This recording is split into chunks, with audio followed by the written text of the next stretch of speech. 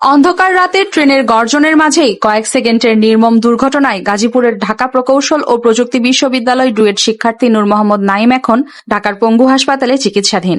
চলন্ত ট্রেনে ছিনতাইকারীদের হামলায় তার একটি পা হয়ে গেছে বিচ্ছিন্ন। জানা যায়, গত 5 মার্চ বৃহস্পতিবার রাতে জয়দেবপুর থেকে ঢাকার উদ্দেশ্যে ট্রেনের শেষ বগিতে উঠেছিলেন ডুয়েটের সিভিল ইঞ্জিনিয়ারিং বিভাগের শিক্ষার্থী নাঈম। ট্রেনটি এয়ারপোর্ট স্টেশন এলাকায় পৌঁছালে পেছন থেকে কয়েকজন ছিনতাইকারী তার মোবাইল ফোন টেনে নেয় এবং সঙ্গে থাকা ল্যাপটপ ছিনিয়ে নেওয়ার চেষ্টা করে। নিজের ফোনটি উদ্ধার করতে দরজার কাছে গিয়ে ছিনতাইকারীদের আটকানোর চেষ্টা করলে ধস্তাধস্তির এক পর্যায়ে তাকে চলন্ত ট্রেন থেকে ফেলে দেওয়া হয়।